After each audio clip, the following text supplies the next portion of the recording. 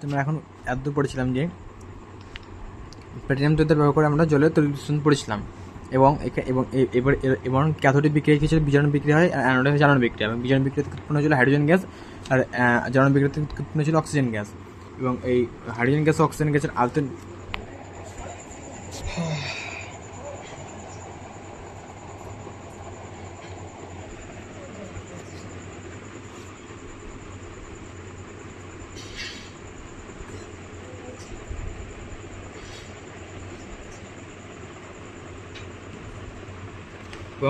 এবং hydrogen gas এবং oxygen গ্যাসের আয়তন অনুপাত ছিল 2:1 এবং ভর অনুপাত ছিল 1:8। এবং এবার এতে কেন ডিসি কারেন্ট কেন পাঠানো হয়, কারণ এটা লিখে দিয়েছে যে ডিসি কারেন্ট যদি পাঠানো হয় তাহলে তড়িৎ প্রবাহের মুখটা সেম দিকে থাকবে, যদি এসি কারেন্ট পাঠাতে হয় প্রবাহের অভিমুখটা পরিবর্তন হতে থাকবে, এবং এর ফলে ক্যাথোড আয়ন পরিবর্তন হবে, এবং ক্যাথোড আয়ন নির্দিষ্ট উত্তরিতার দিকে যেতে পারবে না। ঠিক আছে, এর জন্য হয় না এটা। এটা খুবই ইম্পর্টেন্ট শর্ট কোশ্চেন। আর তড়িৎ বিশ্লেষণের একটি জারণ বিজারণ প্রক্রিয়া। যদি আমাদের ক্যাথোডে জারণ হচ্ছে, অ্যানোডে ক্যাথোডে বিজারণ হচ্ছে, অ্যানোডে জারণ হচ্ছে, তাই জন্য জারণ বিজারণ প্রক্রিয়া।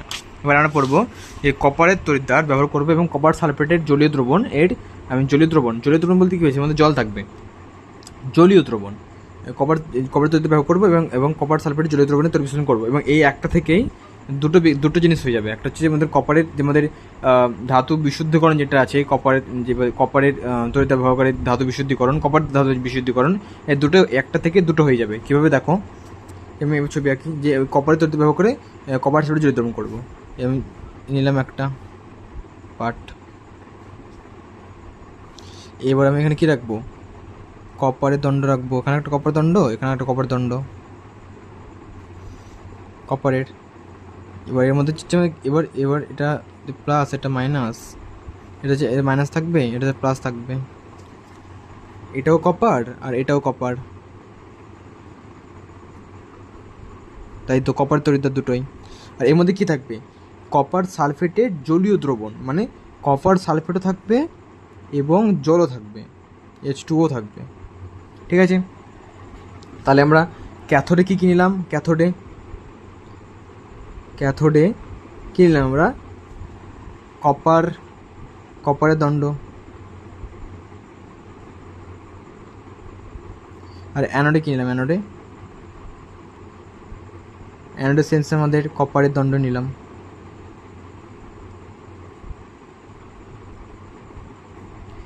অ্যানোডে কপারের দণ্ড নিলাম।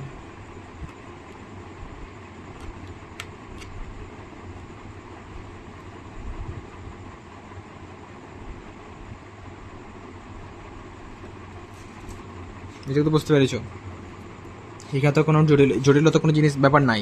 কপার তড়িৎ ব্যবহার করে আমি কপার সালফেট জলীয় দ্রবণের আমি করবো আমি কি তড়িৎ বিশ্লেষণ, তার জন্য কী নেবো, কপার দণ্ড নিতে হবে, ক্যাথোডিক কপার দণ্ড নেবো, অ্যানোডে কপার দণ্ড নেবো, এবং যেহেতু কপার সালফেট জলীয় দ্রবণ রয়েছে, জলীয় দ্রবণ বলতে কপার সালফেট থাকবে এবং H2O থাকবে, মানে জলও থাকবে। কিন্তু এর সঙ্গে আরেকটা জিনিস মেশানো হয়, যের মধ্যে হাইড্রোক্লোরিক অ্যাসিড সালফিউরিক অ্যাসিড মেশানো হয়। কেন মেশানো হয়,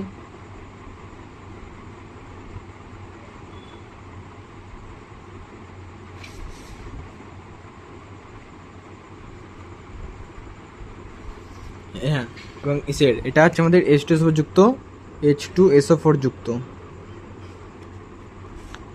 আমি তো তোমাকে বোঝাতে পারছি না, তোমাকে এটা বলতে চাইছি যে আমি কপারের তড়িৎ যখন ব্যবহার করলাম, যখন যার দণ্ড ব্যবহার করে যখন আমাদের জলীয় দ্রবণ তড়িৎ বিশ্লেষণ করতে দিবে, তখন তার দণ্ডটা নেব আমি। এখানে কপার দিলাম, কপার নিলাম, এবং এবং যেহেতু আমাদের কপার সাথে জলীয় দ্রবণ বিশ্লেষণ করবো, এবং এর ফলে কি আমাদের এবার যদি কোনো জলীয় দ্রবণ, এটা তো আমাদের লবণ না, কপার সালফেট তো লবণ, এবং লবণ রয়েছে, তীব্র লবণ, এবং যদি মধ্যে যদি অ্যাসিড, যদি আমি একটু অ্যাসিড যদি দিয়ে দিই, অ্যাসিড এবং হাইড্রোক্লোরিক অ্যাসিড দিলাম, আমি সালফিউরিক অ্যাসিড দিলাম, সালফেট এর জন্য Cu2+ আর SO2 মাইনাস উৎপন্ন করার যে ক্ষমতাটা সে বেড়ে যাবে, আয়ন যে উৎপন্ন করার ক্ষমতা বেড়ে যাবে, তাই জন্য H2SO সালফিউরিক অ্যাসিড নিলাম। ঠিক আছে, তাই জন্য বলবো হাইড্রোজেন সালফেট বা সালফিউরিক অ্যাসিড যুক্ত কপার সালফেট জলীয় দ্রবণ। ঠিক আছে, তড়িৎ বিশ্লেষ্য হিসাবে কী নেব, তড়িৎ বিশ্লেষ্য পদার্থ, তড়িৎ বিশ্লেষণ কী নেব, H2SO4 যুক্ত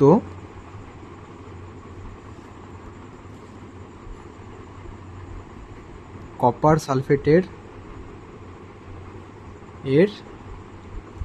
জলীয় দ্রবণ নিলাম। দ্রবণ নিলাম, সেম সেম। এবার এবার এবং এখানে যেহেতু আমাদের দিয়েছে যেমনি আয়ন উৎপন্ন হবে, এবং এখানে আয়ন নির্গমনটা কী হবে, মানে অর্থাৎ কি আয়ন নির্গমন বলতে আয়ন উৎপন্ন করার যে ক্ষমতা, আয়ন নির্গমনটা অর্থাৎ কি এখানে তড়িৎ বিয়োজনটা কী হবে, তড়িৎ বিয়োজন, তাই তো তড়িৎ বিয়োজন লিখেছিলাম না, তড়িৎ বিয়োজন কী হবে,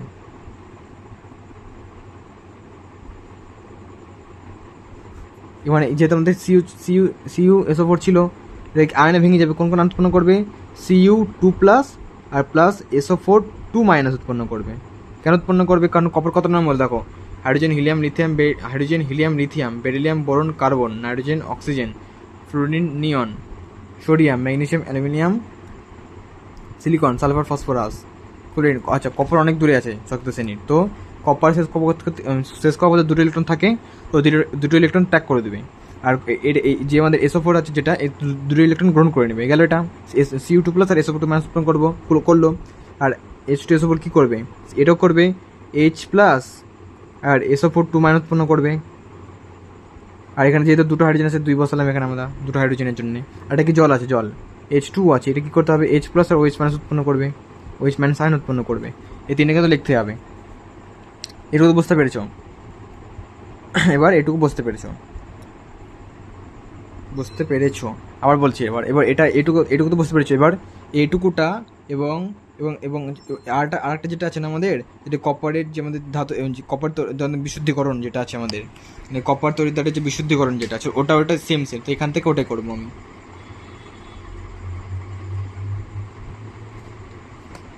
কপার ধাতুর বিশুদ্ধিকরণ যেটা, ওটা আমি একবারেই করে দেবো এখান থেকে, ঠিক আছে? আমি বেশি ডবল খাটতে যাবো না, একবার এখানে যেহেতু হয়ে যাবে সেখান থেকে একবারে করে নেবো। দেখো আমি এখানে কপার, যেহেতু আমাদের কপার জলীয় দ্রবণ, কপার তো তার আচ্ছা হ্যাঁ, এটা তো বুঝতে পেরেছো না, যে কপার যেহেতু আমরা অ্যাসিড নিলাম, যেহেতু আমাদের আয়ন ভবনের মাত্রাটা বাড়ানোর জন্য কপার সালফেট জলীয় দ্রবণের বিয়োজন এগুলো হলো, মানে Cu SO4 থেকে Cu2+ SO4 2- উৎপন্ন হলো, H2SO4 থেকে H2H+ আর SO4 2- আর H2 থেকে H+ OH- আয়ন উৎপন্ন করেছে। এবার এটা নর্মাল। আর আমাদের এটা ক্যাথোডে কিনলাম কপার দণ্ড, অ্যানোডে কিনলাম ক্যাথোডে কপার দণ্ড, অ্যানোডে কপার দণ্ড। আর দুটো বিশেষ পদার্থ নিয়ে H2SO4 যুক্ত কপার সালফেটের জলীয় দ্রবণ নিলাম, জলীয় দ্রবণ বলতে এখানে জল থাকবে, আর কপার তৈরি ব্যবহার করলাম। এবার আমরা এটুকু থাক, এবার এটুকু বুঝতে পেরেছো তো না? এবার এটুকু থেকে এটুকু গেল, তো এবার আরেকটা জিনিস আমরা এখান থেকে জানবো, যে এটুকু তো আমি আবার যেটা বাকি আছে সেটা আর যেটা আমি করাবো সেটা সেম, তাই জন্য তোমাকে আর ডবল করে আমি করাবো না, একবারে করে দিচ্ছি সব। কপারের তড়িৎদ্বার ব্যবহার সিলেবাস যেগুলো আছে করে কপার ধাতুর বিশুদ্ধিকরণ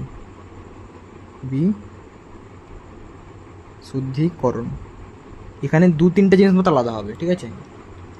2-3টে না, একটা জিনিস খেলে আলাদা হবে, একটা জিনিস খেলে আলাদা হবে, বাকি সবই সেম। এখানে আঁকলাম একটা পাত্র নিলাম, ভোল্টামিটার যেটা বলে ভোল্টামিটার, এখানে আমি একটা দণ্ড নিলাম, ক্যাথোড এটা, অ্যানোড এটা, ক্যাথোড এখানে অ্যানোড নিলাম।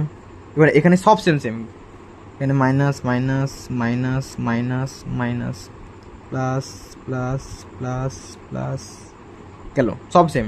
এখানেও আমি সেম Cu যুক্ত H2SO4 যুক্ত কপার সালফেট জলীয় দ্রবণই নেব, ঠিক আছে? সব সেম হবে, সব সেম। কিন্তু এখানে ক্যাথোডে কী নেবো আর অ্যানোডে কী নেবো? ক্যাথোডে নিয়ে হচ্ছে আমাদের বিশুদ্ধ কপার দণ্ড, এখানে অশুদ্ধ কপার, মাত্র বিশুদ্ধ বলতে এখানে খালি কপার দণ্ডে থাকবে, আর অশুদ্ধ কপার বলতে এই কপার দণ্ডের সঙ্গে আরও অশুদ্ধ মিশে থাকবে, যেগুলো দরকার নেই আমাদের, ঠিক আছে? অশুদ্ধ কপার,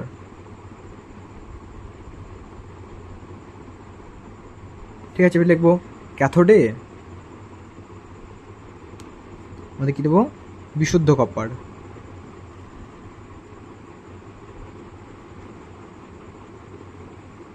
অ্যানোডে কিনবো আমরা অশুদ্ধ কপার।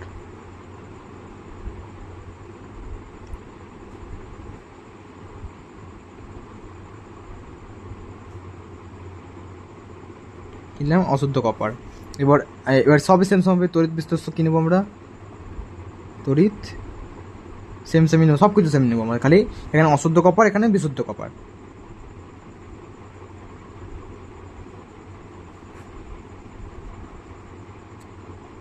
H2SO4 যুক্ত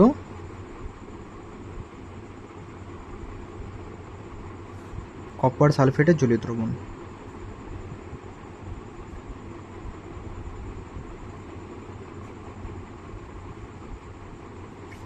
এবং এখানে তড়িৎ বিয়োজন কী হবে? তড়িৎ বিয়োজন সেম, সবই সেম হবে। তড়িৎ বিয়োজন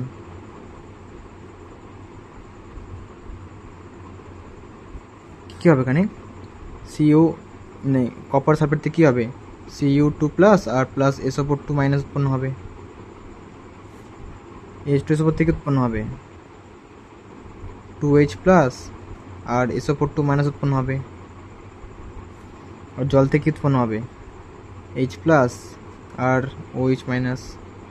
হলো, তড়িৎ বিয়োজন হলো। এবার আসলে মানে ক্যাথোডিক কী বিক্রি হবে, অ্যানোডিক কী বিক্রি হবে।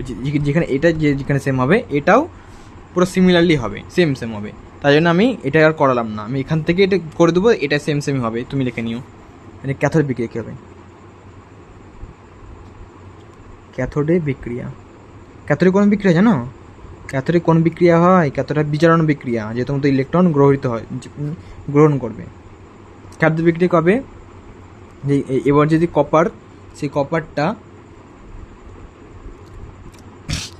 আণবিক বিক্রিয়া হবে Cu2+ যেটা থাকে, Cu2+, এই দুটো ইলেকট্রন কী করবে? গ্রহণ করবে, সে মধ্যে কপার উৎপন্ন করবে। আর অ্যানোডিক বিক্রিয়া কী হবে? অ্যানোডিক বিক্রিয়া কী হবে?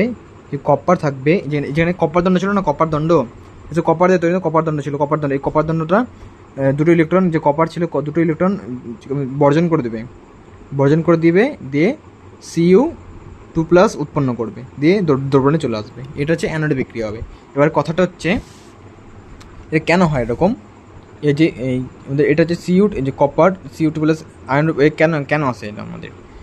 এবার আমি তোমাকে এটা বুঝাতে চাইছি যে ক্যাথোডিক বিক্রিয়া কী হলো, যে কপার যেটা ছিল, কপার Cu2+ যেটা আয়ন উৎপন্ন করেছিল, Cu2+ ক্যাথোডে গিয়ে দুটো ইলেকট্রন গ্রহণ করে কপার উৎপন্ন করলো, কপার ধাতু উৎপন্ন করলো, কপার ধাতু। এবং এই যে অ্যানোড ছিল, মানে অশুদ্ধ যে কপার ছিল, এবং অ্যানোডে বিক্রিয়া কী হচ্ছে? অ্যানোডে কী ছিল? যে কপার, কপার দণ্ড ছিল না, কপার, এখানে কপার আছে, কপার মানে যেহেতু কপার অশুদ্ধ কপার আছে, কপারটা কী করবে? দুটো ইলেকট্রন ছেড়ে দেবে। মানে এখানে যে Cu2+ মানে দুটো ইলেকট্রন ছেড়ে দিয়েছিল, দুটো প্রোটনের সঙ্গে বেড়ে গেছে, ইলেকট্রন সঙ্গে কমে গেছে, দুটো প্রোটনের সঙ্গে বেড়ে গেছে। তো এখানে কপার দুটো ইলেকট্রন ছেড়ে দিবে, Cu2+ আয়ন রূপে দ্রবণে চলে আসবে, এরকম করে দ্রবণে চলে আসবে Cu2+ রূপে। এবার কোশ্চেনটা হচ্ছে এটা কেন হবে? এবার এটার বদলে যদি কেন হয়, কারণ এবার না, এটা কেন হবে? এটা কপারের দুটো ইলেকট্রন কেন ছাড়বে? এবার কপারটাই কেন দুটো ইলেকট্রন গ্রহণ করবে? কেন? এখানে তো আরও আয়ন ছিল না, H2+ আয়ন ছিল, H+ আয়ন ছিল, SO4 আয়ন ছিল। SO4 আয়ন তো অ্যানোডে গিয়ে তো SO4 এই তো মাইনাস আছে, তো অ্যানোডে প্লাসের দিকে যেতে পারতো, কপারের সঙ্গে যুক্ত হতে পারতো। বা এখানে যে আমাদের Cu2+ আয়নটি যেটা আছে, আমাদের ইলেকট্রন গ্রহণ করেছে, কপার উৎপন্ন করছে, এখানে Cu2+ না গিয়ে হাইড্রোজেন বা Hটাও তো যেতে পারতো, কেন গেল না ওগুলো? কারণটা দেখো, কারণ যে আমাদের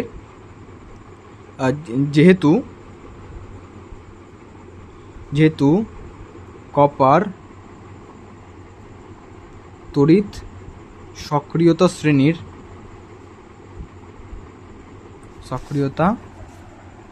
শ্রেণীর নিচের দিকে অবস্থিত,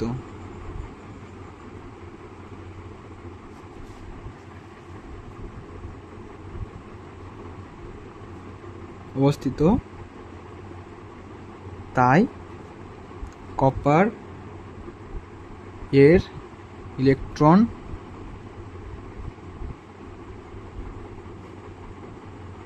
গ্রহণ ও বর্জনের ক্ষমতা বেশি হয়। এটাই হচ্ছে কারণ। এবার একটা সক্রিয় শ্রেণী বলতে কোন ধাতুগুলি বেশি সক্রিয়, সেই সক্রিয়তার উপর নির্ভর করে একটা শ্রেণী বানানো হয়েছে, ধাতুবিদ্যাতে পড়বে যেটা শ্রেণী বানানো হয়েছে, সেই শ্রেণীতে কপার সব থেকে নিচে অবস্থান করে, হালকা নিচের দিকে অবস্থান করে। তার জন্য কী হয়, যে ওর যে ইলেকট্রন গ্রহণের ক্ষমতা এবং ইলেকট্রন বর্জনের ক্ষমতা অন্যান্য মূলক থেকে অনেক বেশি হয়। তাই জন্য কী করে যেহেতু আমাদের কপারের যে ইলেকট্রন গ্রহণ করার ক্ষমতা এবং ইলেকট্রন বর্জন করার ক্ষমতা অনেক বেশি হয়, তাই জন্য কী হয়েছে এই যে দণ্ডটা রয়েছে দণ্ডটা, এখান থেকে কপার দুটো ইলেকট্রন বর্জন করে Cu2+ আয়ন রূপে দ্রবণে চলে আসবে। আর যেহেতু আমাদের কপারের ইলেকট্রন গ্রহণ করার ক্ষমতাটা বেশি, তাই জন্য এখানে Cu2+টাই যেহেতু সব থেকে এর থেকে যেহেতু বেশি আছে কপারের গ্রহণ করার ক্ষমতা, তাই জন্য এখান থেকে দুটো ইলেকট্রন গ্রহণ করে কপার উৎপন্ন করবে। এবং যেহেতু এখানে কপারের যে ইলেকট্রন যে বর্জন করার ক্ষমতা অনেক বেশি হয়, তাই জন্য এখান থেকে কপার দুটো ইলেকট্রন বর্জন করে দ্রবণে চলে আসবে। এবার এবার এবার এখানে কী হয় যেখানে SO4 2- আয়ন রয়েছে, এই SO4 2- আয়ন এই এবং এই অ্যানোডে যাওয়ার আগেই, অ্যানোডে যখন যাবে তার আগেই কপারটা দুটি ইলেকট্রন মাইনাস করে ও Cu2+ আয়ন রূপে চলে আসে, ঠিক আছে। তাই জন্য এখানে আরও কোনো এটাই বিক্রিয়া হয়। আর বলছি কেন হয়, কারণ যে কপারের তড়িৎ সক্রিয় সংখ্যা নিচে অবস্থান করে, তাই জন্য ইলেকট্রন গ্রহণ ও বর্জন করার ক্ষমতা অনেক তীব্র হয় বা অনেক বেশি হয়। তাই জন্য কী হয় যে দ্রবণের মধ্যে SO4 আয়ন বা OH- আয়ন অ্যানোডে যাওয়ার আগেই কী করে যে ওই যে কপার দুটো ইলেকট্রন বর্জন করে Cu4 কপার রূপে চলে আসে, ঠিক আছে, চলে আসবে। এটা কথা এখানে লিখছি আমি যে যেহেতু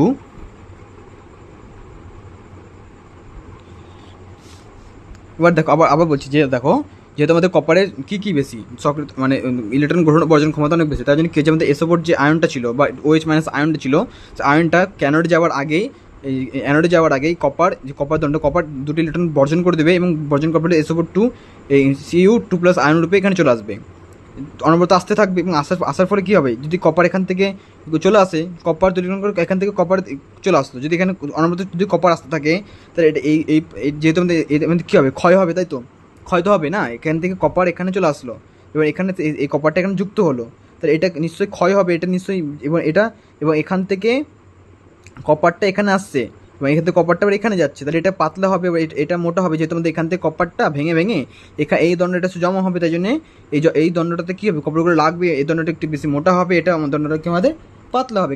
পাতলা কেন হবে, কারণ এখান থেকে কপারগুলো আমাদের ছুটে এখানে আসছে, এখান থেকে এখানে যুক্ত হচ্ছে, তো এটা কী হবে, আমাদের আস্তে আস্তে ক্ষয় হতে থাকবে, তাই তো, ক্ষয় হতে থাকবে এবং এটা পাতলা হবে, এটা মোটা হবে। এবং এই যে ক্ষয় পাওয়ার ফলে অশুদ্ধ কপার বলতে কী ছিল, মানে এর মধ্যে অনেক অশুদ্ধি রয়েছে, এবং এটা ক্ষয় পাওয়ার ফলে এর মধ্যে যে অশুদ্ধগুলি এই নিচের দিকে থিতিয়ে পড়বে, এরকম করে থিতিয়ে পড়বে, এবং এই যে থিতিয়ে পড়বে অশুদ্ধগুলি, যে আমার অশুদ্ধগুলি পেলাম, সেই অশুদ্ধগুলি অ্যানোড মাড। কী বলবো, অ্যানোড মাড। আবার বলছি আমি, যেহেতু কপারের তড়িৎ ইলেকট্রন বর্জন এবং গ্রহণের ক্ষমতা অনেক বেশি হয়, হাই হয়, তাই জন্যে দ্রবণের মধ্যে SO4 OH- আয়নটা ছিল, আয়নটা এই অ্যানোডে যাওয়ার আগেই কপার দুটি ইলেকট্রন বর্জন করে দেবে এবং Cu2+ আয়ন রূপে এখানে চলে আসবে। এর ফলে কী হবে, কপার দণ্ডটা কোনো অনবরত ক্ষয় হতে থাকবে, যদি ক্ষয় হয় তাহলে মধ্যে যে অশুদ্ধগুলি ছিল, অশুদ্ধগুলি তাদের নিচে থিতিয়ে পড়বে, এই থিতিয়ে যে পড়ে সেগুলো অ্যানোড মাড, এটা বুঝতে পেরেছো। এবং এই যে Cu2+ আয়ন উৎপন্ন করছে, আয়নটা আবার যে ক্যাথোডে গিয়ে যুক্ত হবে, যদি ক্যাথোডে গিয়ে আবার কপারে যদি যুক্ত হয়, তাহলে ওর নিশ্চয়ই মোটা হবে, যদি এখানে যুক্ত হয়, এখানে যদি যুক্ত হচ্ছে, তাহলে নিশ্চয়ই মোটা হবে, আর এখানে ক্ষয় চলে যাচ্ছে, পাতলা হবে, বুঝতে পেরেছো, এটাই বলতে চাইছি। যেহেতু আমাদের এটা কপার দণ্ড, এই যে অ্যানোডটা যেন ক্ষয় হচ্ছে, তাই যদি ক্ষয় হয়ে পড়ে যাচ্ছে, তাই জন্য এই ক্ষয় হচ্ছে, তাই জন্য এই অ্যানোডকে বলা হয় স্যাক্রিফাইসিং বা উৎসর্গকৃত অ্যানোড, ঠিক আছে, উৎসর্গকৃত অ্যানোড, এটা আমি লিখব। যেহেতু কপারের ইলেকট্রন বর্জনের ক্ষমতা বেশি, তাই দ্রবণের মধ্যে SO4 আয়ন ও OH- আয়নকে আমাদের অ্যানোডে যাবার আগেই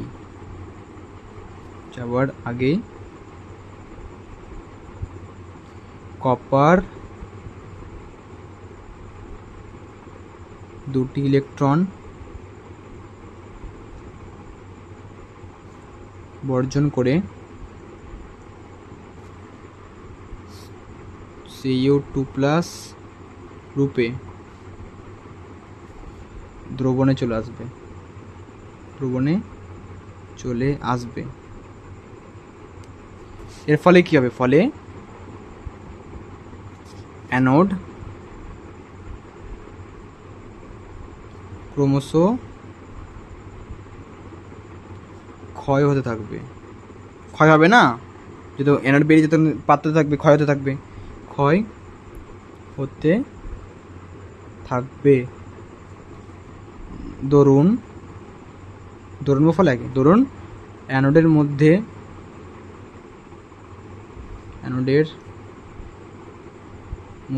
যে সকল অশুদ্ধি ছিল তা পাত্রের নিচের দিকে থিতিয়ে পড়বে। একে কি বলা হয়? একে অ্যানোড মাড বলে, অ্যানোড মাড বলা হয়।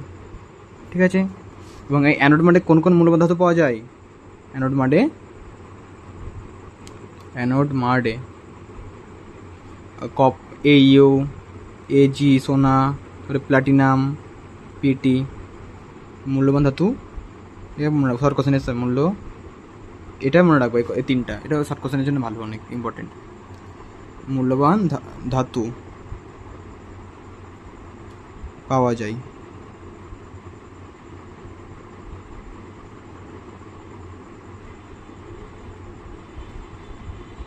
বুঝতে পেরেছো? এটাই হবে। আমি এটা এই কপারের তড়িৎ বিশ্লেষণ যেটা ছিল না জলীয় দ্রবণের, এটা আমি এইটুকু কেন করালাম, কারণ এটা আর এটা গোটা সেম, কিন্তু এবং এখানে যা হয়েছে এখানে তাই হয়েছে। এবার এখানে যে অ্যানোডে যে বিক্রিয়াটা হবে, এখানে অ্যানোডের বিক্রিয়া সেমই হবে। এই ক্যাথোডে যে বিক্রিয়া হবে, ক্যাথোডের বিক্রিয়াটা এখানে সেমই হবে, কারণটাও সেম হবে। তাই জন্য এটা আমি, যেহেতু আমাদের দুটো পরিপূরক রয়েছে একই একের, তাই আমি এটা করে দিলাম। ঠিক আছে, এবার যেহেতু আমাদের এখান থেকে এই যে আমাদের এটা, এই যে অশুদ্ধ কপার যেটা ছিল, অশুদ্ধ কপার যেহেতু আমাদের ক্ষয় হয়ে যাচ্ছিলো, তাই জন্য বলা হয় স্যাক্রিফাইজিং অ্যানোড, স্যাক্রিফাইজিং তড়িৎদ্বার, বা এবং এখানে কি বলবো, অশুদ্ধ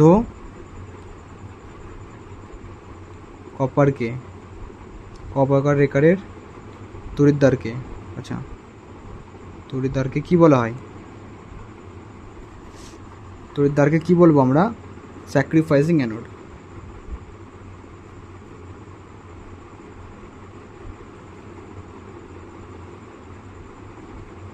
বা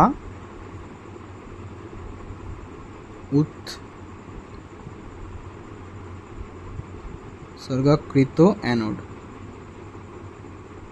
বুঝতে পেরেছ? উৎসর্গীকৃত অ্যানোড,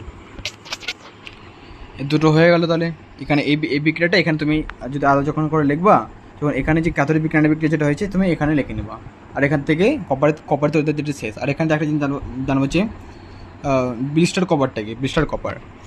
তো ব্লিস্টার কপারটা আমি একটু পরেই তোমাকে বলবো, অ্যালুমিনিয়াম যখন আমি পড়াবো তখন আমি তোমাকে ব্লিস্টার কপারটা বলবো।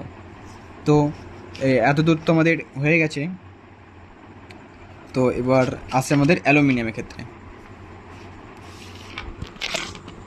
সেকেন্ড কি আমাদের, তারপরে কি আমাদের অ্যালুমিনিয়ামের ধাতু নিষ্কাশন।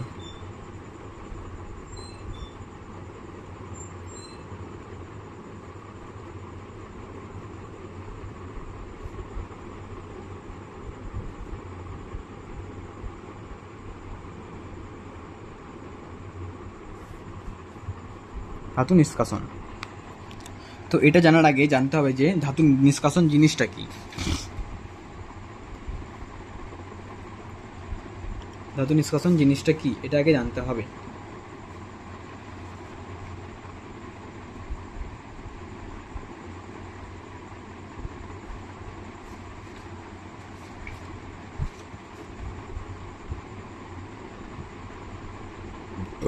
ধাতু